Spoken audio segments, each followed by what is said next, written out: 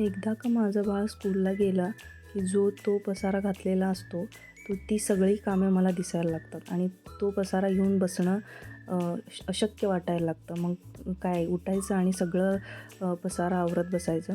आणि तो स्कूलला गेला की मग बराच 3 ते 3.5 तासाचा टाईम मिळतो मला, ज्यामध्ये तो अगदीच तो घातलेला पसारा काढण्याकरता मला 1 ते 1.5 तास सहज जातं सकाळी.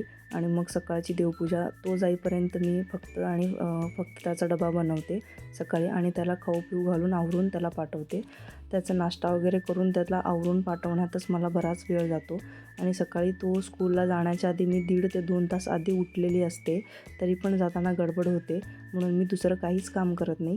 तो गेल्यानंतरच सगळी आवराआवर करते. जो काही तो पसारा काढून गेलेला असतो ते सगळं पसारा आवरायचं असतं मला. पूर्ण बेडरूम आवरून घ्यायची असते, त्याचा बेड आवरायचा असतो, आमचा बेड आवरायचा असतो. सगळी कामं जशीच्या तशी पडलेली असते जोपर्यंत तो स्कूलला जात नाही. आणि तो स्कूलला गेल्यानंतर बाकीची जी काही बारीक कामं राहिलेली असतात किचनमधली ती कामं करायला घेतली.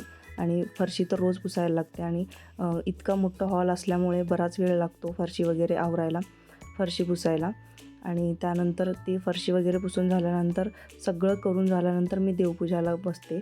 म्हणजे सगळं घर स्वच्छ करून देवपूजाला बसते. मग असंच मला नाही बसू वाटत, देवपूजा नाही करू वाटत. सगळं घाण ठेवून सगळं झाडून पुसून वगैरे झाल्यानंतर मग देवपूजा करायला बसते.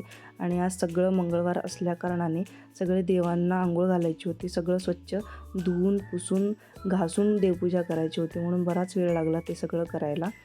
आणि जर तुम्हाला माझे व्हिडिओ आवडत असतील तर लाईक करा, शेअर करा आणि फॉलो करायला विसरू नका. असंच प्रेम असू द्यात. Thank you for watching.